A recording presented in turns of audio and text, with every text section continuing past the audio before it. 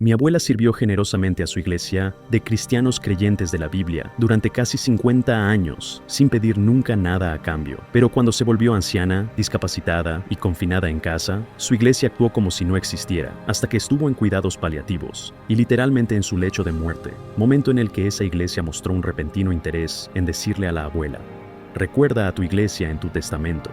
Ella esperó exactamente el momento correcto, frente al público exacto, para exponer a esos codiciosos imbéciles por lo que eran. 2 veces. Mi abuela fue miembro de una gran iglesia conservadora de cristianos creyentes de la Biblia durante toda su vida adulta. Esta iglesia, a la que llamaré Gran Iglesia Blanca, formaba parte de una gran denominación evangélica. Gran Iglesia Blanca estaba ubicada en un suburbio próspero de una gran ciudad en el cinturón bíblico del profundo sur de Estados Unidos. La abuela fue muy activa en Gran Iglesia Blanca. Trabajaba en la guardería todos los domingos por la mañana. Ayudaba a cocinar cientos de desayunos y cenas de confraternidad. Acompañaba a sus hijos y nietos en docenas de retiros y giras corales de la iglesia. Enseñaba estudios bíblicos para jóvenes los domingos por la noche y participaba activamente apoyando misiones locales, además de ayudar en otros programas juveniles. Siempre diezmaba y a menudo daba donaciones adicionales para misiones y ofrendas especiales. El mayor talento de la abuela era hacer que los demás se sintieran importantes. Lo vi en persona muchas veces. Aunque yo pertenecía a otra iglesia, a menudo visitaba a la abuela y, cuando lo hacía, normalmente asistía con ella a actividades de Gran Iglesia Blanca. La vi preparar ella sola el desayuno para decenas de jóvenes de Gran Iglesia Blanca, una tarea que le llevaba más de 2 horas, incluso en la gran cocina de la iglesia. Luego, después de la comida, pedía al grupo un aplauso para el líder estudiantil de secundaria por hacer un gran trabajo organizando el desayuno de oración. Recuerdo que, en un retiro juvenil de Gran Iglesia Blanca, en un campamento rural, condujo casi toda la noche para volver a la ciudad y recoger una gran caja de materiales evangelísticos que uno de los pastores asistentes, al que llamaré Pastor Asno, había olvidado y le pidió que trajera a tiempo para nuestro programa matutino del día siguiente. Su jefe, el pastor principal, al que llamaré Pastor Pomposo, nunca se enteró de que Pastor Asno había metido la pata ni de que la abuela lo había solucionado por él. Pastor Asno ni siquiera le dio las gracias a la abuela. Aunque yo era un niño, esto me molestó tanto que le pregunté por qué lo hacía. Ella me dijo que no le importaba en absoluto. Me explicó que su recompensa sería que esos materiales ayudarían a los niños a encontrar a Jesús. El servicio de la abuela a su iglesia terminó bruscamente a los 73 años, cuando se rompió la espalda en un accidente de coche. Después de eso, durante los últimos 10 años de su vida, estuvo confinada en casa y no pudo ir a la iglesia debido a esa lesión y al deterioro progresivo de la salud por la edad. Su mente estaba tan clara como siempre, y su fe seguía siendo sincera, pero su cuerpo se iba desgastando un poco más cada día.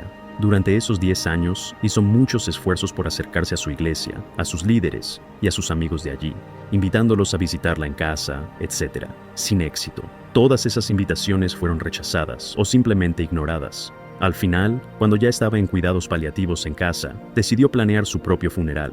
Ella y mi abuelo llamaron a su iglesia y pidieron que el pastor principal, Pastor Pomposo, a quien conocía desde hacía más de 30 años, la visitara para que pudieran planear el servicio conmemorativo que ella y mi abuelo querían celebrar en la iglesia.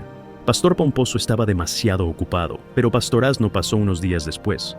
Según mi abuelo, esto fue lo que ocurrió en esa reunión, con mi abuela literalmente en su lecho de muerte. La abuela, el abuelo y Pastor Asno hablaron de su funeral durante un par de minutos. Luego, Pastor Asno empezó a presionarla para que atesorara en el cielo al recordar a su iglesia en su testamento.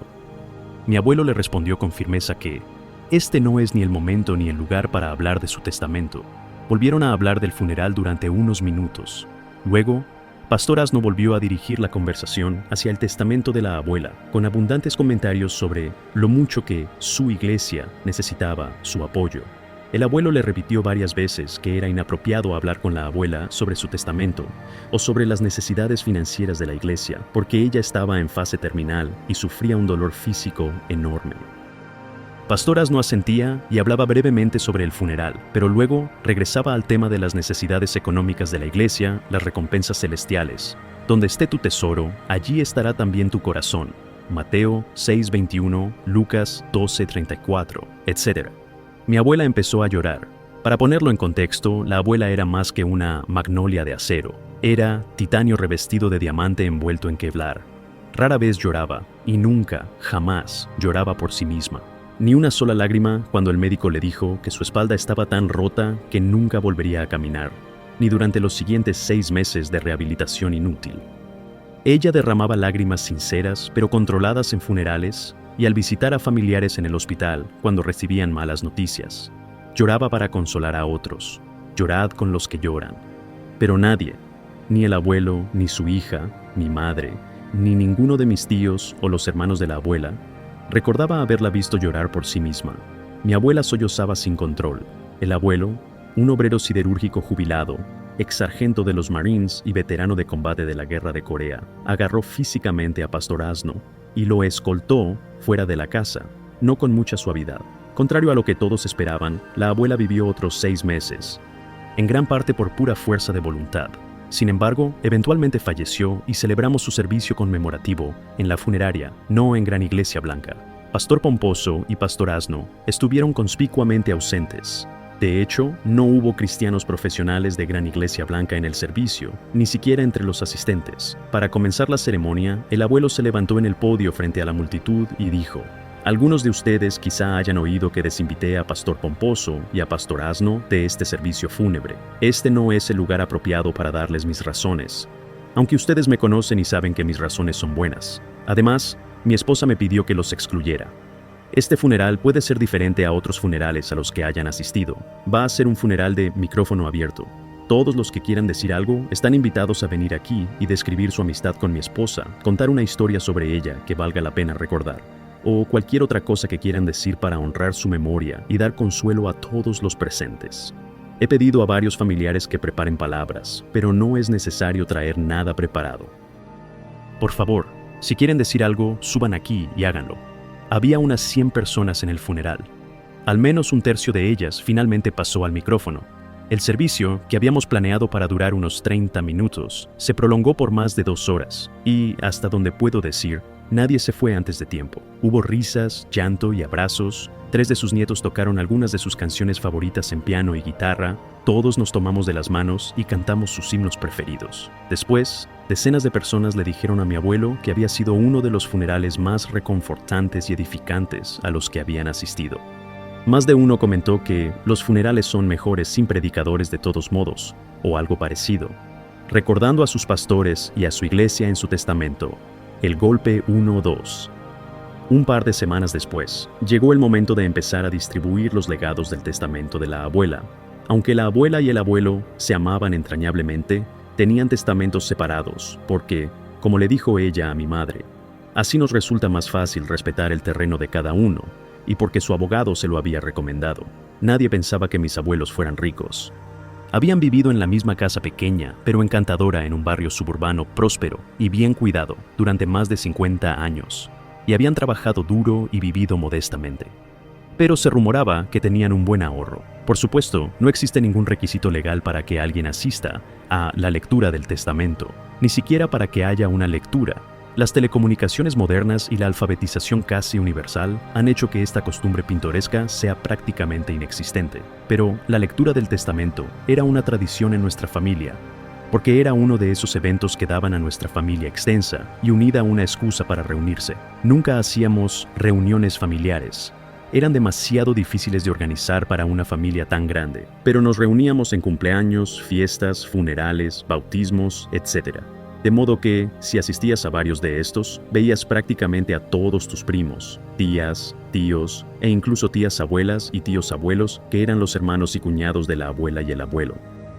Con esta tradición familiar en mente, muchos de los testamentos de nuestros familiares a menudo contenían legados muy personales, de objetos con poco valor monetario, pero que eran la forma en que el miembro fallecido de la familia les decía a sus seres queridos que quería compartir un recuerdo apreciado con ellos por última vez. Como incentivo adicional para asistir, la rumorología familiar había estado llena de especulaciones, alentadas por el abuelo, de que el testamento de la abuela contenía algunas sorpresas. La lectura se celebró en una sala de conferencias en la oficina de un abogado. No fue sorprendente que los asistentes incluyeran a mi madre, así como tías, tíos, tías abuelas, tíos abuelos y muchos de los nietos. Sin embargo, todos nos sorprendimos al ver a Pastor Pomposo y a Pastor Asno, de Gran Iglesia Blanca. Nos informaron que el abogado de la abuela les había dicho que el testamento de ella incluía legados no solo para Gran Iglesia Blanca, sino también para ellos personalmente. Quizás era solo nuestra imaginación, pero mis hermanos, primos y yo no podíamos evitar notar que esos predicadores parecían estar prácticamente salivando por su buena suerte ante la generosidad de la abuela. La abuela tenía una familia numerosa, por lo que en su testamento se nombraba a un buen número de beneficiarios. La sala de conferencias del abogado era un poco más pequeña que un salón promedio de clase media.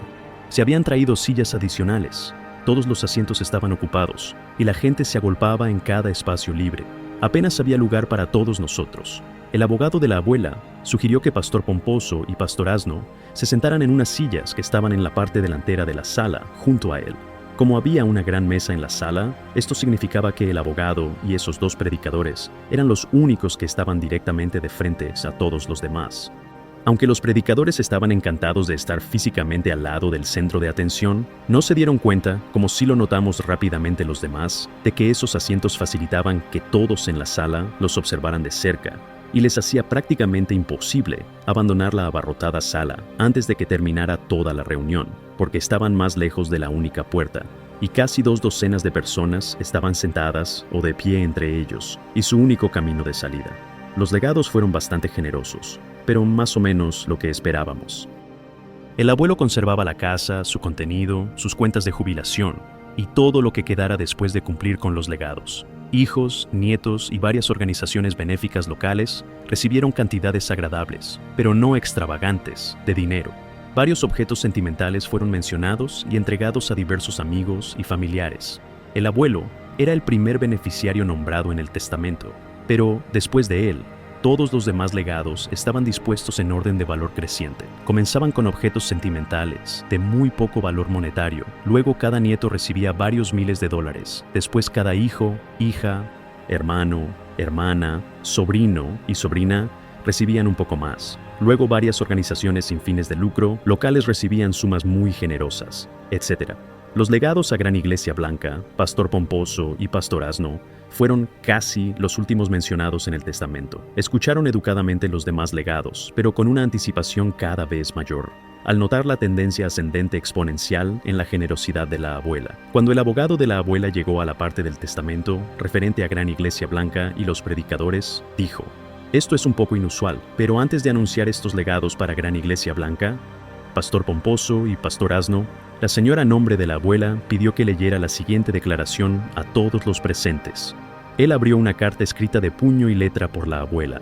«Durante los últimos 10 años, ni una sola persona de Gran Iglesia Blanca me ha llamado, me ha visitado o me ha enviado una nota para decirme que se preocupaba por mí. Ni un ministro, ni un diácono, ni una de las mujeres de la iglesia, ni uno de los miembros de la iglesia con los que trabajé durante todos esos años, a quienes amé profundamente y consideraba mis amigos. Trabajé muy duro por ustedes cuando me necesitaban, durante muchísimos años. Pero cuando yo los necesité a ustedes y a su iglesia, todos fingieron que yo no existía. Solo recibí una visita, cuando me estaba muriendo, e invité a Pastor Pomposo a venir a mi casa y ayudarme a planear mi funeral. Ese fue mi último intento, después de muchos intentos a lo largo de los últimos 10 años, de acercarme a mi iglesia y a mi pastor, a quienes seguía amando profundamente, aunque ya me habían dejado claro que ellos no me amaban a mí. Si tan solo pudiera tener mi funeral en mi iglesia, tal vez algunos de mis amigos de la iglesia, a quienes no había visto en una década, vendrían al servicio para verme por última vez. Y sé que les encantaba escuchar predicar a Pastor Pomposo. Así que, si él predicaba en mi funeral, quizás vendrían a escucharlo, aunque no hubieran venido a verme a mí. Pero Pastor Pomposo no pudo encontrar el tiempo para visitarme, ni siquiera para llamarme y decirme si estaba dispuesto o no a predicar en mi funeral. Pastor Asno vino a mi casa, pero no quería hablar de mi funeral. Solo quería que yo recordara a su iglesia en mi testamento. Eso es todo. Solo recordara a su iglesia en mi testamento. Fue entonces cuando me di cuenta de que había permitido que mi iglesia me rompiera el corazón por última vez. Pero esa fue la última vez. La última vez.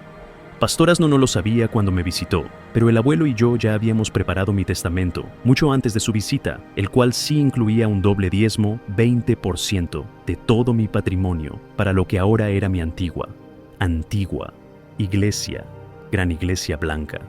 Esta cantidad se mencionó la cifra, una suma enorme de dinero, lo que provocó murmullos de asombro entre muchos de sus herederos, incluyéndome a mí. Pero luego empecé a sentirme mal porque no habíamos recordado personalmente a personas tan amables como Pastor Pomposo y Pastor Asno, así que cambié mi testamento para incluirlos por nombre. Y ya que estaba en ello, cambié también la cantidad de dinero que dejaba a Gran Iglesia Blanca para que coincidiera con todo el amor que me mostraron durante los últimos 10 años de mi vida, cuando yo sufría y estaba sola, y ya no podía trabajar gratis para ellos, como lo hice durante casi medio siglo. Esa es toda la declaración escrita de ella, dijo el abogado. Ahora volvamos a los legados del testamento. Legado para Pastor Asno, 1 centavo. Legado para Pastor Pomposo, 1 centavo. Legado para Gran Iglesia Blanca, 1 centavo. Pastor Pomposo y Pastor Asno se quedaron allí sentados como si alguien les hubiera inyectado 1 galón de novocaína en la mandíbula. Todos los familiares y amigos de la abuela sentimos unas ganas abrumadoras de reír a carcajadas, pero nos quedamos callados porque conocíamos a la abuela. Sabíamos que aún no había terminado. La abuela simplemente los estaba preparando para un golpe doble. Lo mejor estaba por venir, y no queríamos perdernos nada. Hay un último legado, continuó el abogado, para una organización benéfica llamada. La nombró y yo la llamaré Caridad Negra. Luego hizo una pausa antes de mencionar la cantidad. La mayoría de nosotros no teníamos ni idea de qué era Caridad Negra, pero, por las expresiones en sus rostros, pudimos ver que Pastor Pomposo y Pastor Asno conocían muy bien a Caridad Negra. Sus caras mostraban la misma expresión de sorpresa, temor y horror que tendrían si el abogado hubiera dicho: este legado va para los demoníacos comebebés, para comprar parrillas de barbacoa, extra grandes y toneladas de carbón.